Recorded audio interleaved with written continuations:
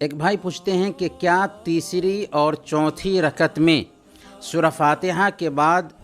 دوسری صورتیں بھی پڑھی جا سکتی ہیں؟ اگر 4 رکعت کی نماز ہے یا 3 رکعت کی نماز ہے تو تیسری اور چوتھی رکعت میں سورہ فاتحہ کے بعد بھی دوسری صورتیں پڑھی جا سکتی ہیں۔ دیکھیں، اللہ کے نبی صلی اللہ علیہ وسلم کا جو غالب عمل تھا وہ یہی رہا ہے کہ آپ پہلی اور دوسری رکعتوں میں سورہ فاتحہ کے ساتھ کوئی دوسری سورہ پڑھتے تھے، اور تیسری اور چوتھی رکعت میں صرف سورہ فاتحہ پڑھنے پر اکتفا کرتے تھے۔ صحیح بخاری اور مسلم کی روایت ہے،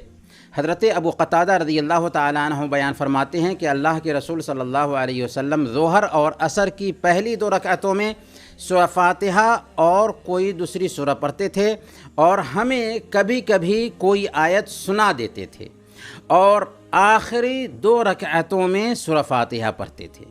اس حدیث سے پتہ کیا چلا؟ اس حدیث سے پتہ یہ چلتا ہے کہ اللہ کے رسول صلی اللہ علیہ وسلم آخری 2 رکعتوں میں سورہ فاتحہ پڑھنے پر اکتفا کرتے تھے۔ لیکن صحیح مسلم میں حضرت ابو سعید خدری رضی اللہ تعالیٰ عنہ کی ایک روایت آئی ہے کہ اللہ کے رسول صلی اللہ علیہ وسلم ظہر کی پہلی 2 رکعتوں میں تقریباً 30 آیتیں تلاوت کرتے تھے، اور آخری 2 رکعتوں میں تقریباً 15 آیتیں یا 7 آیتیں پڑھتے تھے، یعنی آخری 2 رکعتوں میں 15 آیتیں یا 7 آیتیں پڑھتے تھے، اور عصر کی نماز کی پہلی 2 رکعتوں میں تقریباً 15 آیتیں تلاوت کرتے تھے، اور دوسری آخری 2 رکعتوں میں اس کے نصف کے برابر آیتیں تلاوت کرتے تھے۔ اس حدیث سے کیا پتہ چلتا ہے؟ اس حدیث سے پتہ چلتا ہے کہ اللہ کے رسول صلی اللہ علیہ وسلم ظہر اور عصر کی آخری 2 رکعتوں میں بھی سورہ فاتحہ کے علاوہ کچھ آیتیں پڑھتے تھے، یعنی سورہ فاتحہ تو پڑھتے تھے ہی، اس کے علاوہ بھی کچھ آیتیں پڑھتے تھے۔ تو ان دونوں احادیث کے بیچ جمع کی شکل